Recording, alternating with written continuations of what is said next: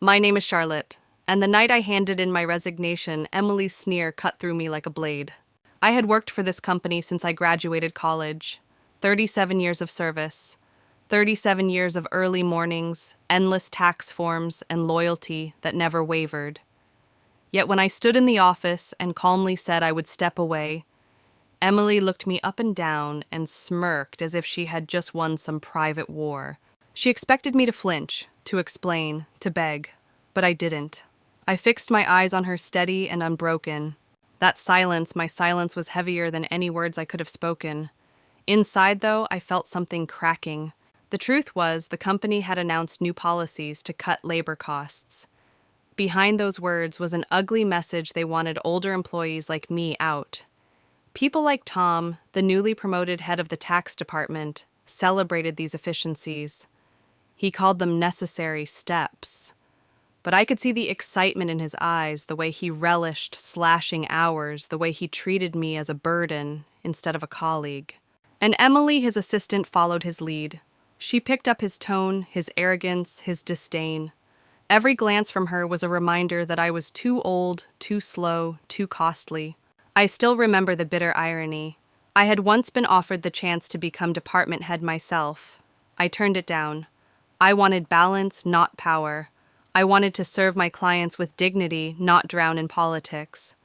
Tom never knew that. Emily never knew that.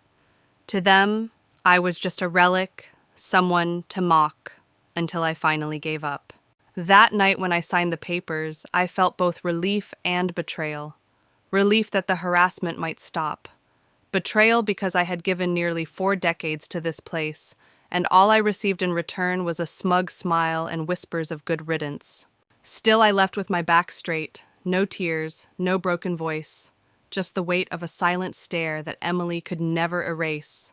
What they didn't realize, and what I didn't fully realize yet, was that my story was only beginning. Because when you dedicate your life to building trust, when your clients know your name, your integrity, your fight, you are not so easy to erase. This was not the end of me. This was the spark that would set everything else in motion.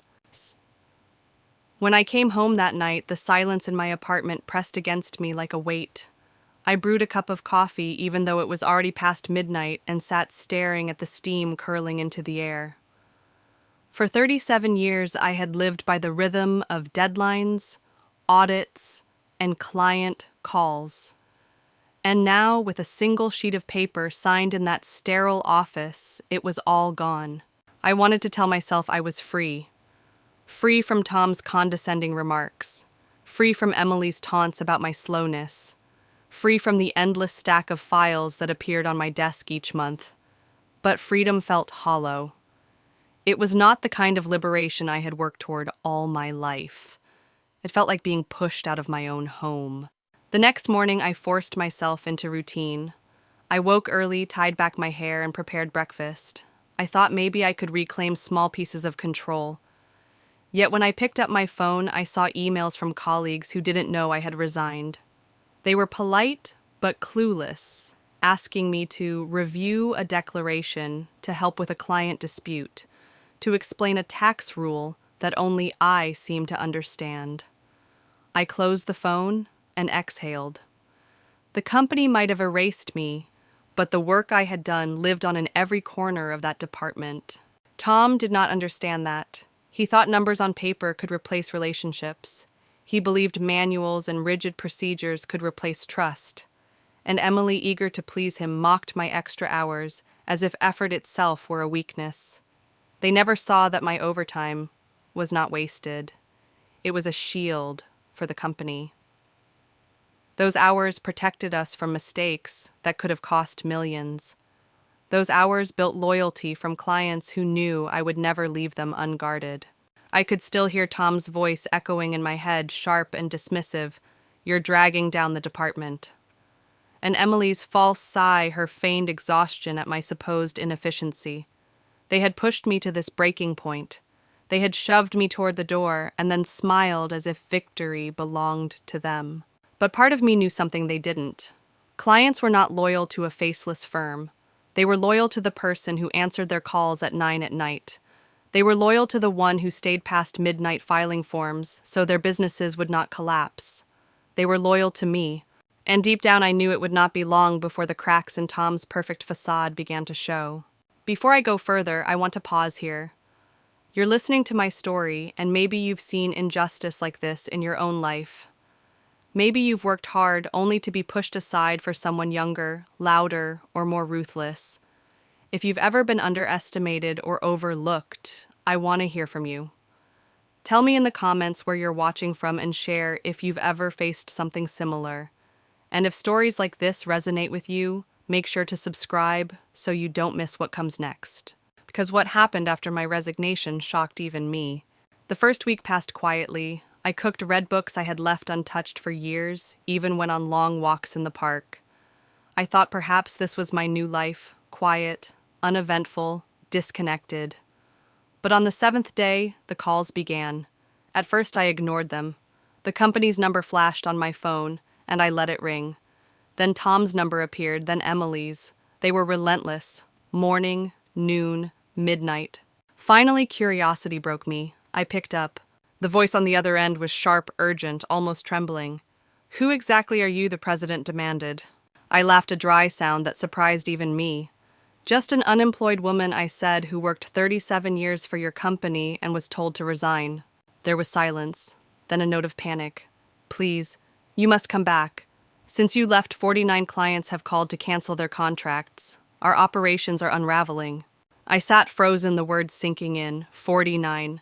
Nearly every client I had handled, all gone in less than a week. That was when I realized I had left the company, but the company had not left me. My absence had opened wounds they could not cover, and this was only the beginning of my return. When I finally agreed to meet the president, I walked into the building with my head high. The same hallways that once echoed with whispers about cutting costs now felt heavy with unease. Employees glanced at me, their eyes a mix of surprise and desperation. They had heard the rumors. They knew something had gone terribly wrong since my departure. The president was waiting in his office papers scattered across the desk, his suit jacket half unbuttoned. His polished image had cracked. He leaned forward, his voice low but urgent. "Lily clients are leaving faster than we can respond. They're not just canceling contracts, they're telling us you were the only reason they stayed. What exactly did you do?" I let the words settle before answering. "I didn't do anything extraordinary," I said calmly. "I listened.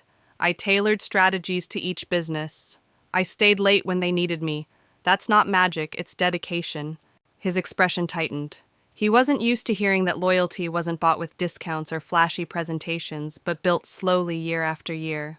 Just then the door burst open. Tom and Emily stood there, their faces, pale eyes shadowed with exhaustion. They looked nothing like the confident pair who once mocked me. Emily's makeup was smudged, her voice shaky as she spoke. "President, we can't stop the cancellations.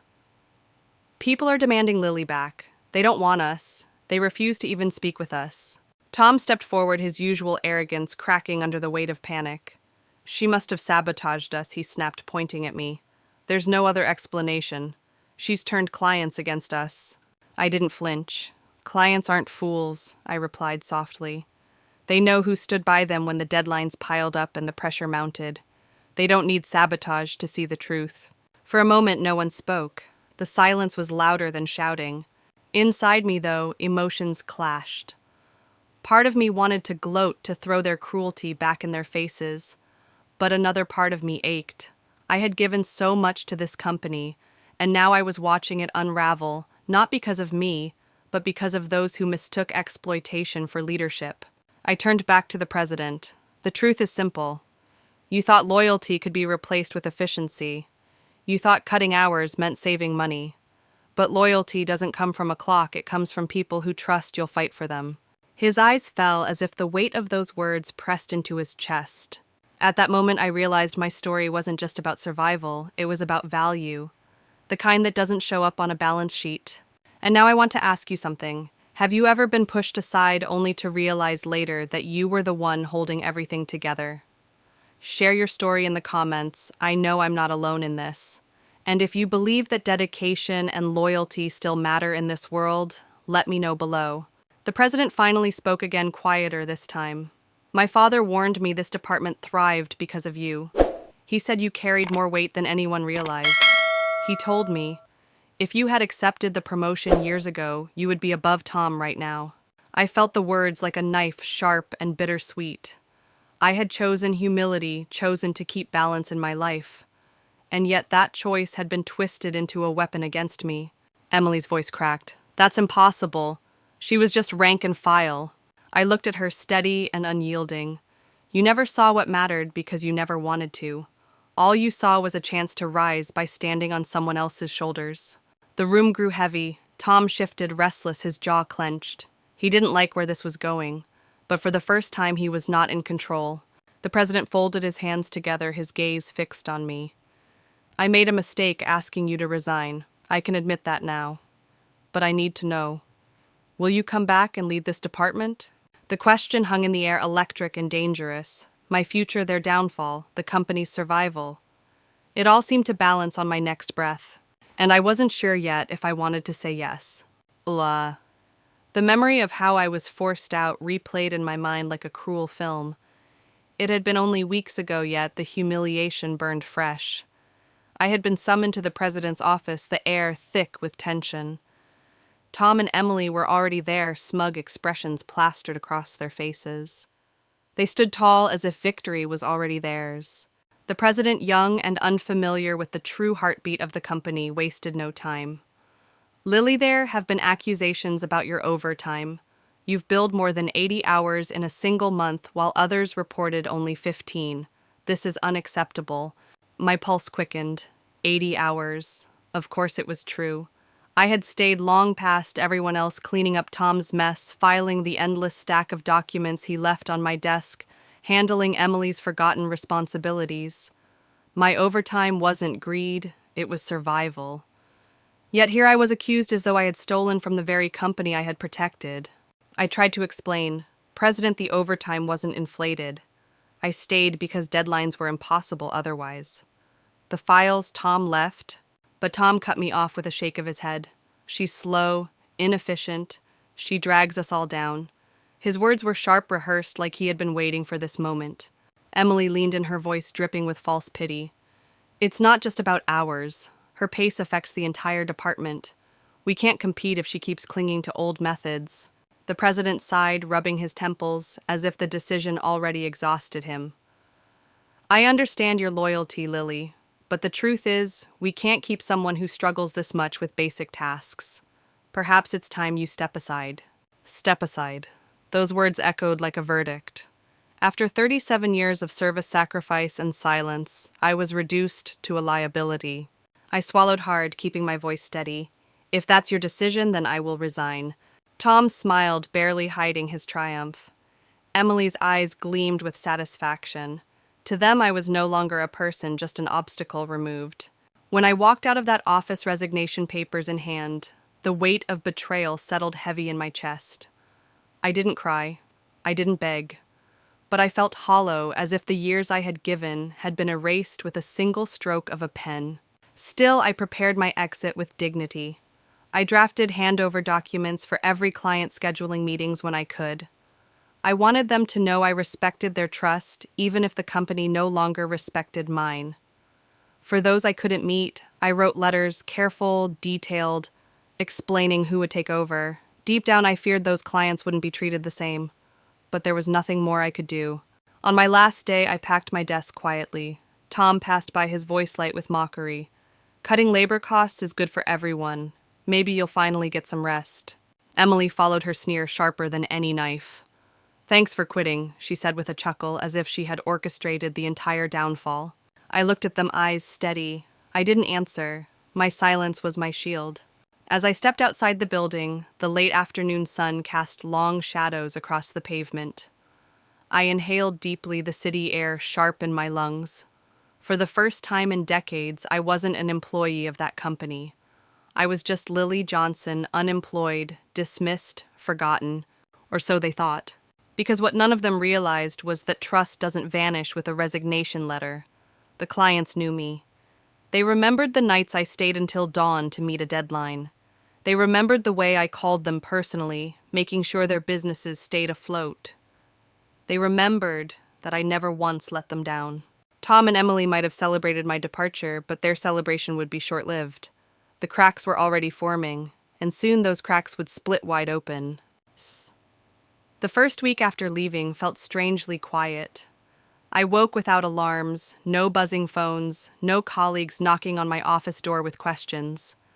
For a while, I tried to convince myself this peace was a gift. I cooked breakfast, slowly walked through the park, even sat on a bench, watching children play, while autumn leaves drifted across the ground. But beneath the calm unease simmered. After nearly 4 decades of structure silence, felt more like exile than freedom. That illusion of peace shattered when the calls began. At first, I ignored them.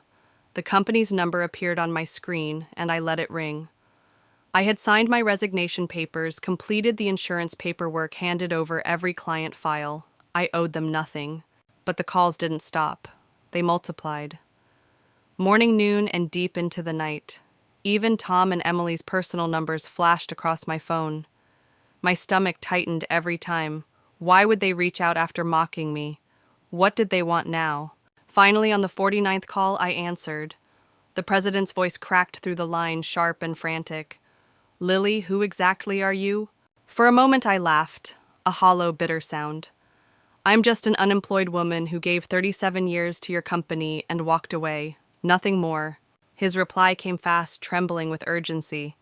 "You don't understand. Since you left, 49 clients have canceled their contracts. Entire projects have stopped. Transactions are collapsing. We need you back immediately." I froze. 49. Nearly every single client I had handled, gone in less than a week. My hands trembled around the phone as the truth sank in. This wasn't sabotage. This wasn't coincidence. It was the weight of trust shifting violently away from the company the moment I left. When I walked back into the office, the air was heavy with panic. Employees rushed through the halls, whispers chasing every step I took. I opened the door to the president's office and saw Tom and Emily waiting. Their faces were pale, dark circles carved beneath their eyes. They looked nothing like the confident pair who had sneered when I resigned. "What's happening here?" I asked softly, though I already knew the answer. Tom glared at me, his voice sharp with accusation. "Since you left, the department is falling apart.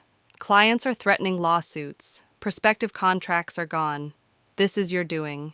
Emily chimed in, her tone brittle. "You've poisoned them against us, haven't you?" I shook my head, almost pitying them. "No. I didn't need to do anything. Clients don't stay for tax manuals and rigid procedures.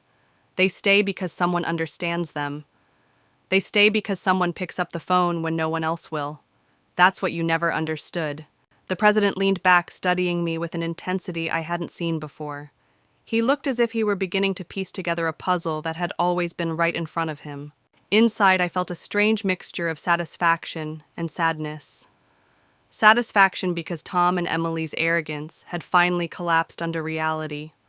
Sadness because the company I had poured my life into was crumbling proof that all along their strength had been built on my shoulders. I want to pause here to ask you something. Have you ever been pushed out or overlooked only to discover later that you were the foundation others depended on? If this story touches you, hit that subscribe button and join me here. And let me know in the comments, have you ever been the invisible strength behind someone else's success? Because my story wasn't just about leaving. It was about what happened when absence revealed truth. The president cleared his throat, finally breaking the silence. "My father called me," he admitted slowly. "He told me the truth, that the tax department thrived because of you, that clients trusted you, not the system, and if you had accepted the promotion years ago, you'd be above Tom right now." Emily gasped. Tom stiffened, anger flashing across his face. But in that moment, the balance of power shifted. They no longer held the upper hand. The truth was breaking through, and it terrified them. And as I stood there, I realized their downfall had only just begun. The president's office felt like a stage where every mask was beginning to slip. Tom shifted uneasily, his usual confidence cracking at the edges. Emily clutched a folder to her chest as if it could shield her from the truth that was spreading like fire through the room. I stayed quiet, letting the silence press down on them. For 37 years, I had carried this department's weight without recognition. Now, without lifting a finger, the evidence of my value stood undeniable. Finally, the president leaned forward, his tone measured but sharp. "Tom, you reported 0 overtime. Emily the same. Yet the department's workload doubled this quarter. Who handled it?" Tom hesitated, his jaw tightened. Emily opened her mouth, then closed it again.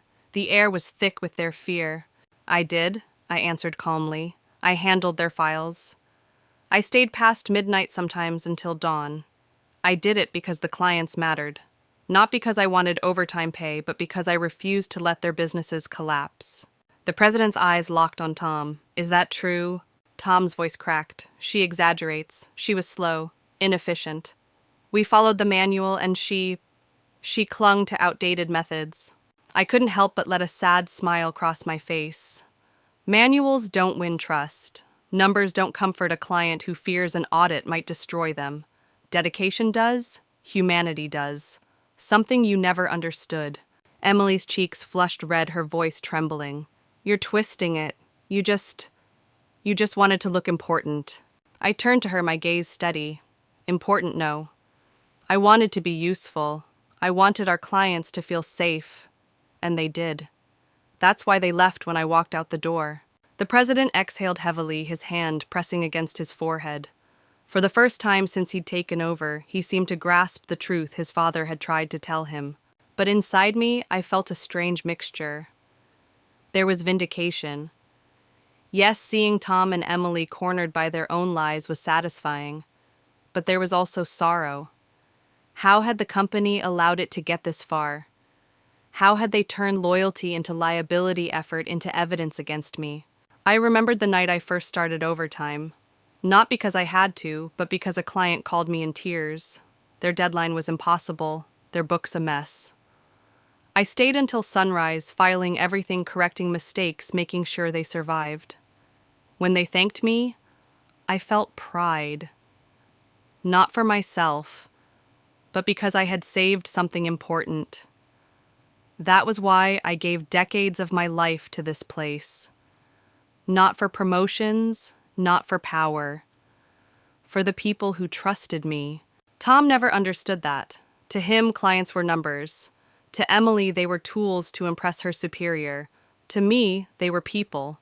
That difference was everything. The president finally spoke again, quieter this time. "I regret asking you to resign. I see now what I didn't before. This department isn't falling apart because you left. It's falling apart because I listened to the wrong voices." Emily's eyes widened in panic. Tom clenched his fists, muttering under his breath. But their fear only deepened my calm. I looked at the president and said softly, "I don't know if I can return. Once you've been told you're disposable, it's hard to forget." His expression darkened with guilt, but he nodded. "I understand. Still, I hope you'll consider it, for the company's sake." As I left the office, I could feel Tom and Emily's glares burning into my back. They weren't done fighting. They would scheme, they would twist, they would lie again. But I wasn't afraid anymore. The truth was stronger than their whispers. And I knew this battle had only just begun. The next morning, I returned to the office to collect a few personal items I had left behind. The atmosphere was different now, quieter, heavier. Colleagues who once avoided eye contact suddenly glanced at me with something like respect or maybe relief. Whispers followed me down the hall. "She's back. She's the one the clients want." When I reached my old desk, I found Tom standing there rifling through papers that weren't his. Emily hovered nearby, her arms folded, her smirk long gone. Both of them looked exhausted, their shoulders slumped, eyes shadowed from sleepless nights. They didn't even try to mask the hostility on their faces. "You think you're some kind of savior?" Tom spat, his voice raw. "The only reason these clients are acting out is because you poisoned them against us." I placed my hand on the desk, steady and calm. "No, Tom. I never needed to say a word. The truth speaks for itself. Clients don't trust you because you never gave them a reason to. They trust me because I was there when it mattered. Emily scoffed, but the sound lacked conviction. You're not special. Anyone could do what you did. I turned to her, my voice soft but cutting. Then why didn't either of you? For once she had no reply. Her lips pressed together, trembling, but she stayed silent. Inside, I could feel the weight of years of injustice pressing against me. For decades, I had carried this place, while people like Tom and Emily climbed ladders built on other people's shoulders. Now the ladder had collapsed, and they were clinging to excuses that no one believed anymore. The president soon appeared in the corridor, his expression grim. Lily, he said, come to my office. There are matters we need to discuss. Both of you, he added, glancing at Tom and Emily, come as well. We walked in silence. My footsteps were steady, theirs dragged with dread. Inside the office, the president motioned for us to sit. He studied us one by one, then leaned forward. This department is in crisis. Clients are threatening lawsuits. My father has intervened directly, and the truth is surfacing. If any of you have more to say, now is the time. Tom straightened, trying to summon the arrogance he once wore like armor. She's manipulating you. She's manipulating them. We're the future of this department. She's just holding us back. The president's eyes narrowed. The future doesn't abandon its responsibilities. The future doesn't hide work under someone else's desk. Tom flinched. Emily shifted uncomfortably, her hands twisting together. I sat quietly, letting their silence betray them. At that moment, I thought about all the nights I stayed late, all the mornings I arrived before sunrise, all the sacrifices I made that no one noticed. And now the very people who mocked me were drowning in the emptiness they had created. I looked at them then, at the president, and spoke. I don't need revenge. Their downfall is already written. You can't cheat integrity. You can't fake dedication. It always shows in the end. For the first time, Tom's face cracked, not with anger, but with fear. Emily's eyes glistened with unshed tears. They knew the tide had turned, and nothing they could say would change it. Before I continue, I want to ask you something. Have you ever watched someone climb by, stepping on others, only to see them fall because they had no foundation of their own? Tell me in the comments. I know many of you have seen this in your workplaces, your schools, maybe even your families. And if you believe that truth always finds a way to surface, let me know below. The president tapped the table, breaking the silence. Enough games. Evidence has already been presented. What happens next will depend on honesty. And Tom, Emily, so far, honesty is the one thing you've avoided. Tom's jaw tightened. Emily finally looked away, shame painting her face. I sat back in my chair, calm and steady. For years I had been their target. Now the spotlight was finally on them, and the light was merciless. The president didn't waste time. He opened a folder on his desk and spread several documents across the table. The sound of paper hitting wood made Tom and Emily both flinch. These are expense reports from the past 6 months, the president said, his voice sharp. They don't add up. Lavish dinners billed as client meetings, hotel stays that don't match scheduled appointments, business trips that overlap with office attendance records. Tom's face paled. He shifted in his chair, opening his mouth to speak, but the president raised a hand. Don't interrupt. I've spoken with the accounting department. These receipts were filed under your name, and Emily, some of them list you as an attendee. Emily's breath caught. That's a mistake. It has to be. The president leaned forward, eyes cold. Are you saying the accounting department fabricated receipts? Her lips moved soundlessly, but no words came. I sat there in silence, my heart pounding in my chest. This was the moment I had suspected would come. For years, I had seen hints, Tom disappearing during peak filing season, Emily leaving early, but billing for full days. I had kept quiet, convincing myself it wasn't my battle to fight. Now, the truth stood in black and white. Tom finally tried to recover his voice, desperate. I was mentoring Emily. Those dinners, those trips, they were for training. You know how important it is to build leadership. The president's glare cut through him. Mentorship doesn't require luxury hotels.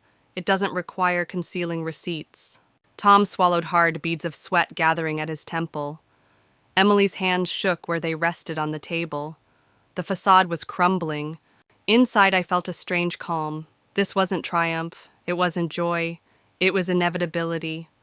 When you build a tower on lies, it always falls. The president pushed another file across the table. And let's not forget the workload reports. Numerous employees complained that tasks were being dumped on them at the last minute. Declaration forms left unsigned until the 11th hour. Files stacked on Lily's desk that should have been divided among the team. Does that sound like leadership to either of you? Emily's eyes filled with tears. We were under pressure. You thought you could hide behind her, the president snapped, his voice rising. You thought if she carried the weight, no one would notice your negligence. But clients noticed, the staff noticed, and now I notice. Tom tried one last time, his voice breaking. Please, President, I have a family. I can fix this. Don't let her. He gestured at me, his hand shaking. Don't let her ruin us. I leaned forward, my voice steady, cutting through his plea. You ruined yourself, Tom. You and Emily both. I didn't expose you. Your actions did. Clients trusted me because I never left them stranded. You abandoned them for your own gain. That's the difference. The silence that followed was suffocating. The president studied each of us, his expression carved from stone. Then he spoke slow and deliberate. You two built your careers on deception, and you tried to erase the one person who held this department together. That ends now.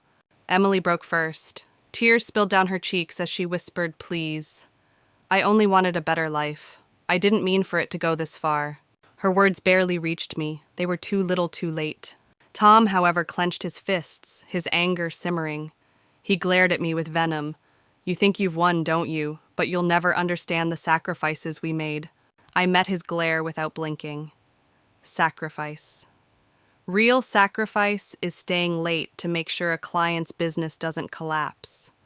Real sacrifice is giving 37 years without asking for recognition. You don't know sacrifice. You only know shortcuts. The president closed the folder with a sharp snap. Enough, the truth is clear. What happens next will be decided today. Tom and Emily both froze. The inevitability hung in the air, heavy and inescapable. And for the first time in years, I felt a surge of freedom, not from resignation, but from the weight of silence. The truth was finally louder than their lies.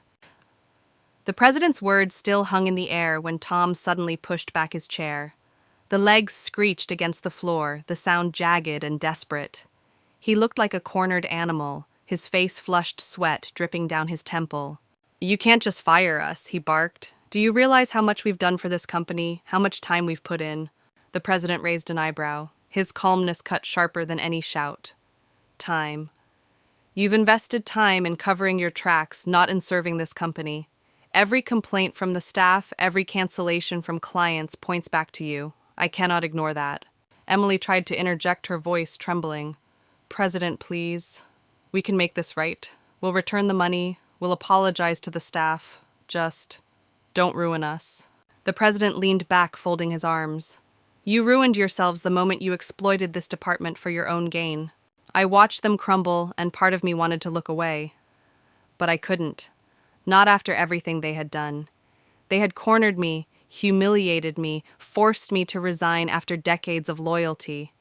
And now their empire of lies was collapsing in front of them. Still, I felt no joy in their downfall, only clarity. I turned to Tom, my voice steady. Do you remember the night you dumped a month's worth of files on my desk and walked away?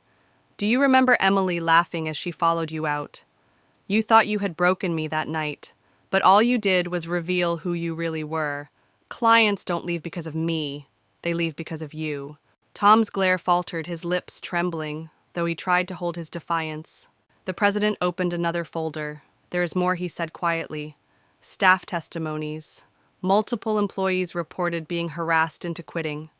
Tasks assigned at the last minute, impossible deadlines, verbal abuse. They asked Lily for help, but she was powerless to protect them from your cruelty. Emily gasped. They told you that. The president's jaw tightened. They did. And many of them are thriving elsewhere now. But their stories paint a damning picture of what you both created here. The silence was thick, suffocating. Inside me a storm brewed. For years I had carried these truths alone. For years I had convinced myself staying quiet was the noble thing to do. But now, as the evidence spilled across the table, I realized silence had only allowed their corruption to grow. I looked at the president and said, "You asked me earlier if I would come back. But how can I lead a department where people like this thrived for so long? How can I rebuild trust when the foundation was poisoned?" He met my gaze with something almost like shame.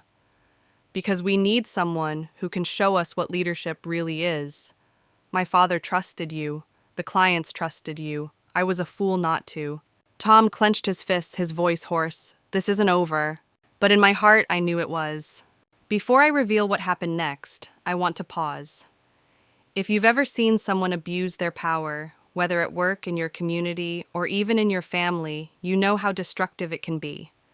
But you also know how powerful it is when truth finally comes to light. If you believe truth always finds a way, stay with me, because the most shocking part of this story is still to come. The president pushed the files aside, his eyes hard. "Tom, Emily, this is your last chance to speak. But know this, whatever you say will not erase the evidence in front of me." Tom opened his mouth, but no sound came. Emily wept quietly, her shoulders shaking, her carefully built facade in ruins. And in that moment, I realized this wasn't just about my redemption. This was about justice. What happened next would change everything, not just for them, but for me as well. The president leaned forward. His fingers steepled, his voice low and controlled. "I have already spoken with my father. He confirmed everything the clients told him.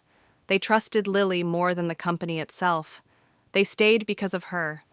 He shifted his gaze to me. "And if you had accepted the promotion, you would already outrank both Tom and Emily." The words landed like a hammer. Emily's eyes widened, her mouth falling open. That can't be true. But I didn't flinch. I had known for years the former president had wanted me in that role, and I had turned it down. I didn't crave authority. I craved stability. I craved the chance to focus on serving clients rather than navigating corporate politics. But in that instant, I realized how my decision had allowed people like Tom and Emily to step into power they never deserved. Tom slammed his hand against the table. "This is ridiculous. You can't take her word over mine. I've been leading this department with discipline, with structure. She's the one who drags everyone down." The president's expression hardened. "Structure. You mean the structure where you abandoned your duties and forced your subordinates to clean up the mess? Or the structure where you billed luxury dinners as client meetings while files rotted on your desk?" Tom's face flushed a deep red.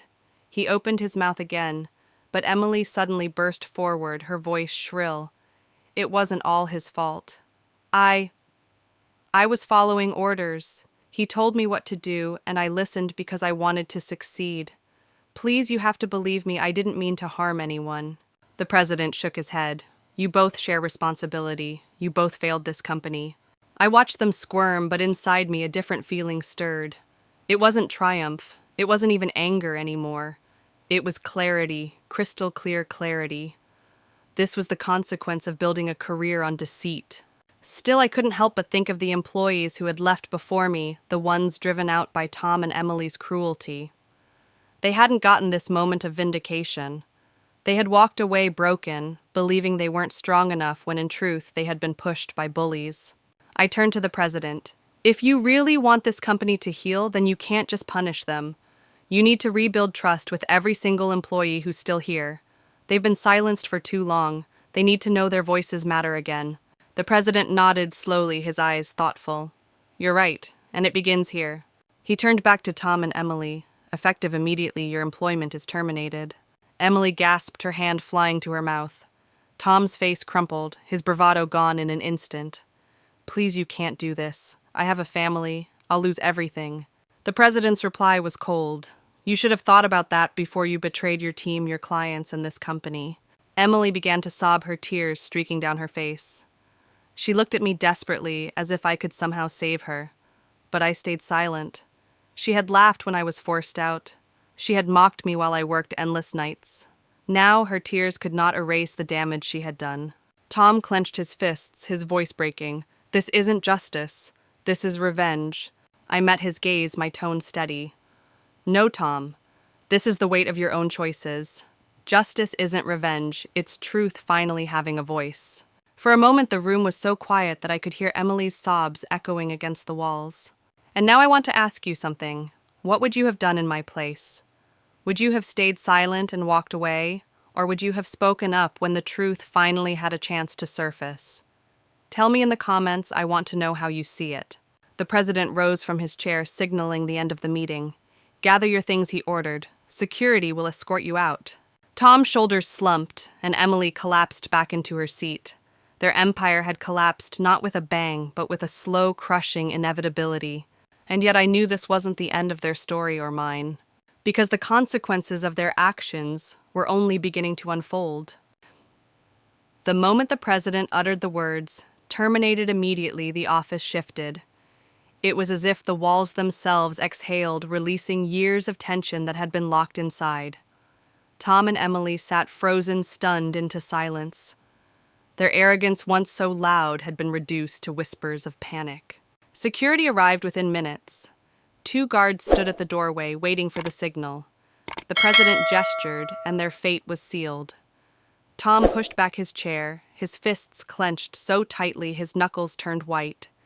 Emily crumbled beside him, her shoulders shaking as tears streamed down her face. "You can't do this," Tom muttered, his voice hoarse. "I gave years to this company. I built this department." The president's reply was sharp, merciless. "You built nothing but a lie. You preyed on your team, you cheated the system, and you drove away the very people who kept this place alive. That ends today." Emily reached for the president's sleeve, her voice breaking. Please, I'll apologize. I'll fix everything. I didn't mean to cause harm. Just give me one more chance." But her pleas only echoed the very words I had wanted to say weeks earlier when I was pushed to resign. No one had listened to me then, and now no one would listen to her. I stood quietly watching them struggle.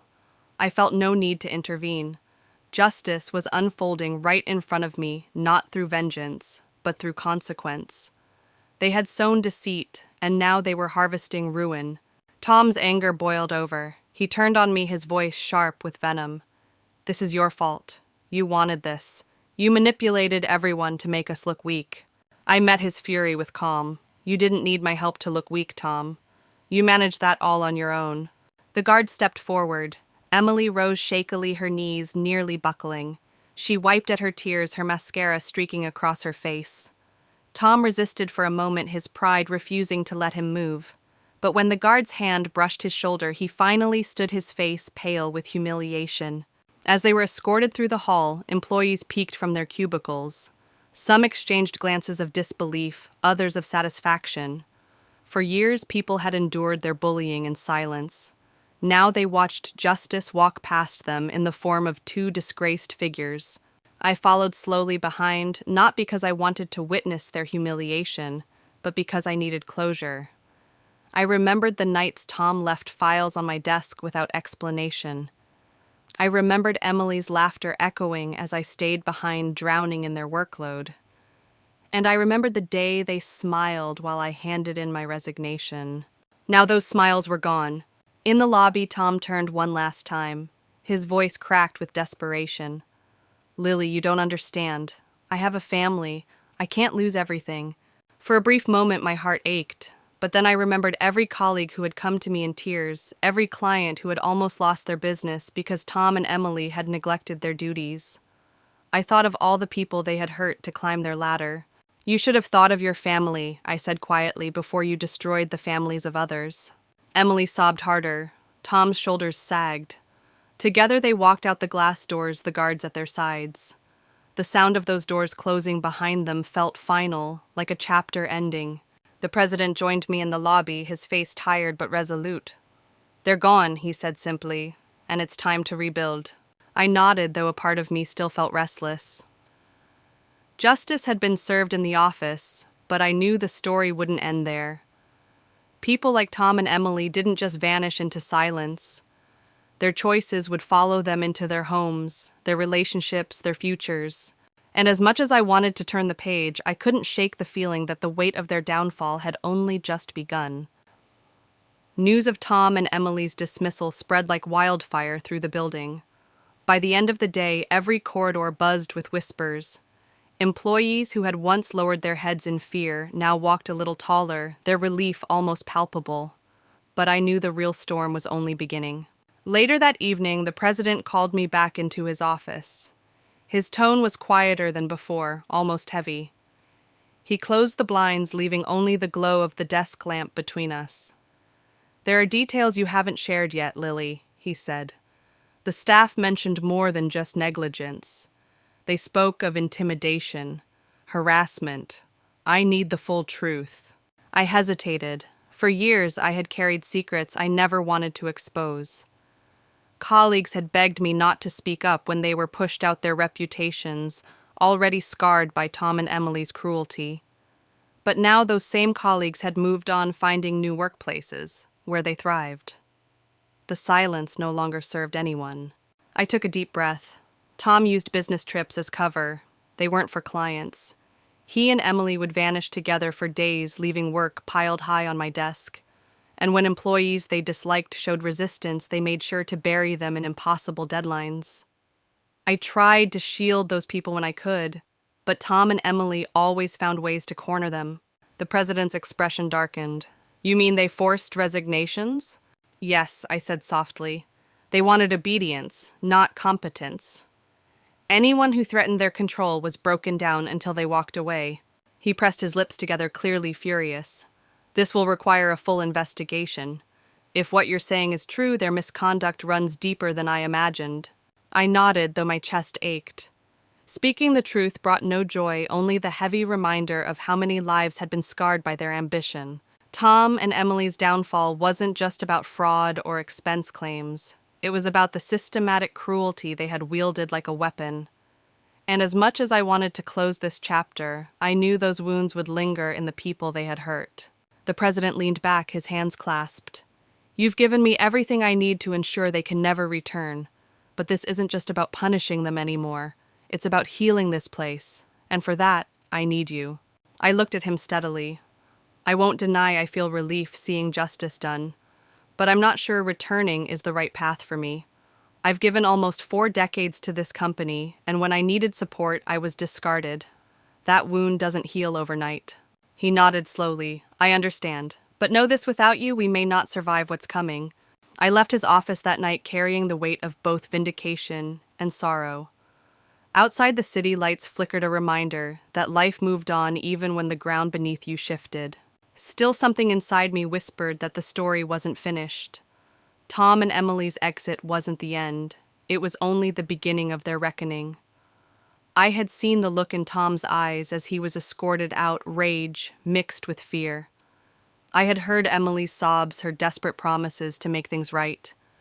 People like them didn't surrender quietly, and I was right, because what happened next revealed just how far they had already fallen, and how much further they still had left to go. Before I continue, I want to leave you with this thought. Have you ever known someone who looked powerful on the outside, but whose empire was built on nothing but sand? Stay with me, because in the next part, you'll see how quickly that empire collapsed, and how brutal the consequences became. In the weeks that followed, I began to hear whispers of Tom and Emily's lives outside the company. The same arrogance that once carried them through the office had evaporated. Without the protection of their titles, they were exposed naked against the judgment of the very industry they had tried to dominate. I didn't have to look for updates. They came to me. Former colleagues shared stories over coffee, clients mentioned rumors in passing, and even old friends from the firm sent me quiet messages. The picture was always the same. Tom and Emily were collapsing under the weight of their own choices. Tom's marriage, once flaunted as proof of his stability, shattered. His wife discovered the truth of his affair with Emily when the president released the investigation's findings. Divorce papers landed quickly, accompanied by a lawsuit demanding financial compensation. He fought it at first, but the evidence, receipts, hotel stays, company reports, spoke louder than his denials. The man who once sneered at me for wasting overtime now faced the impossible task of explaining away years of deceit to a court of law. Emily didn't fare any better. The industry is small and word travels fast. Every attempt she made to find new employment ended in rejection. Employers whispered of her arrogance, her carelessness, her record of neglect. Some interviewers even laughed outright, reminding her that her reputation was already tarnished beyond repair.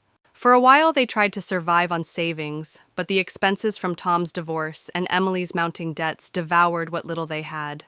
Eventually, they turned to day labor construction sites, warehouses jobs that paid by the hour and drained the spirit. For two people who had once paraded through the office with false superiority, it was a harsh reversal. I should have felt satisfaction. After all, they had mocked me, framed me, and nearly destroyed me. But when Emily's number appeared on my phone one night and I heard her broken voice pleading, a different feeling took root. "Lily, please," she sobbed, "help me. I only wanted a better life. I never really cared for Tom. I thought aligning with him would secure my future. I can't do this anymore.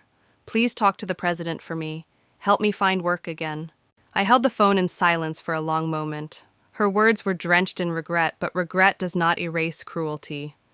I remembered the way she laughed when Tom dumped his files on my desk, how she sneered when I resigned, how her voice dripped with contempt every time she called me slow. When I finally spoke, my voice was steady. "Emily, you can't unring a bell. The choices you made cannot be undone. You're living the consequences just like every colleague you pushed out had to.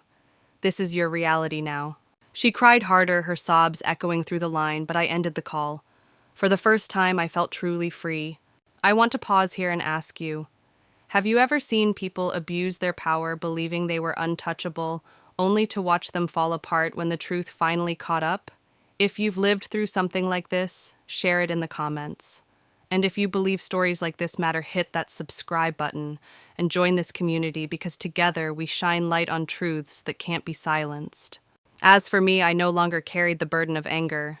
Tom and Emily had built their own downfall brick by brick. I didn't need to add another stone. All I needed to do was walk forward into a future where their shadows no longer touched me. Still, one truth lingered in my mind. Even as their lives unraveled, mine was just beginning again. And the next step I took would define everything. Emily's voice haunted me long after I hung up the phone. The desperation in her tone, the way her sobs cracked through the line, it could have been enough to soften anyone's heart. But not mine. Not after everything I had endured at her hands. A few days later, she showed up at the small cafe where I often spent my mornings. I saw her before she saw me, her figure hunched, her once carefully styled hair, now tangled, her clothes wrinkled and cheap. She approached slowly, clutching a worn handbag as if it were the last possession she could still cling to. "Lily," she whispered when she reached my table. Her voice was hoarse, eyes swollen from nights of crying. "Please. I didn't know things would turn out like this. I thought if I followed Tom, I would rise with him. I never meant to hurt you. I was just afraid of being invisible." Invisible. The word struck me. How many times had she made me feel that way? How many times had she laughed at my exhaustion, mocked my dedication, and joined Tom in painting me as nothing but a burden? Now she stood before me, stripped of the power she once abused, begging for the very dignity she had denied me. I set my coffee cup down carefully.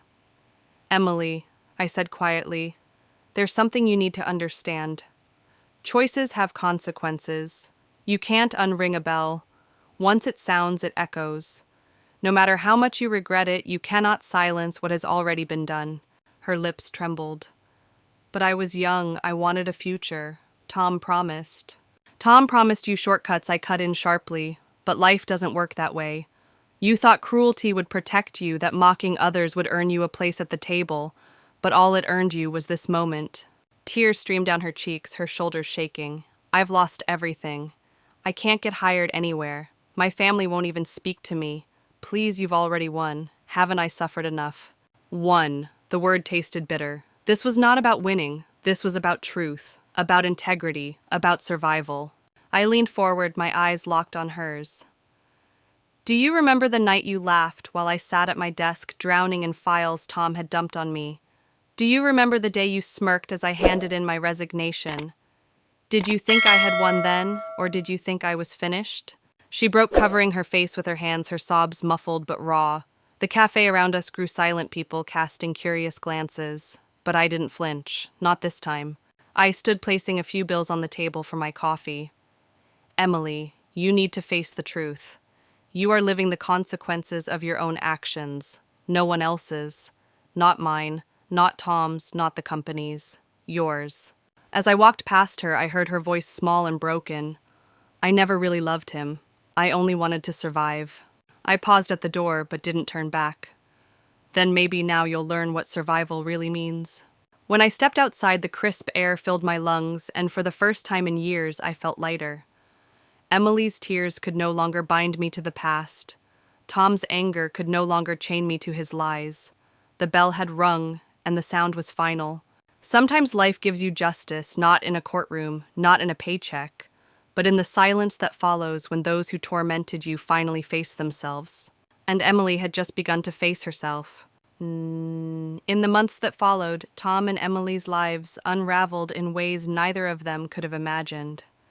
Tom's divorce became headline gossip in our industry circles. The court ruled in his wife's favor, granting her significant compensation for years of deceit.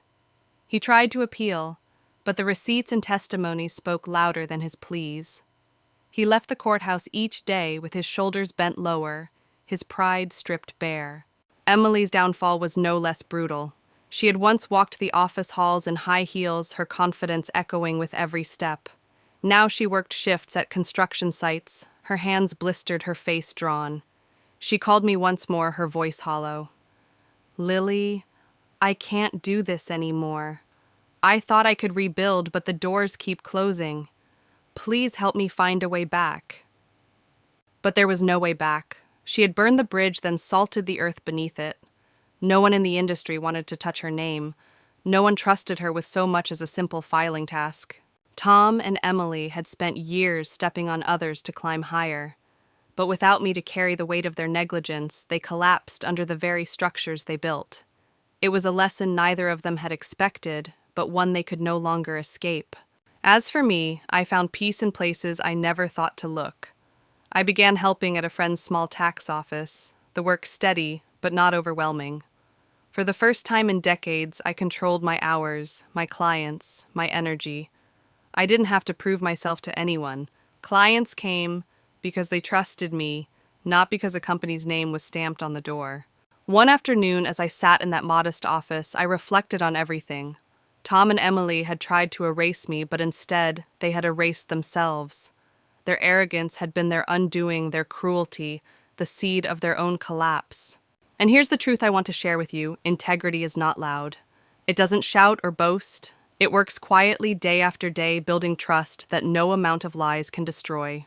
So if you've ever been overlooked, mocked, or pushed aside, remember this: the people who climb on others will eventually fall.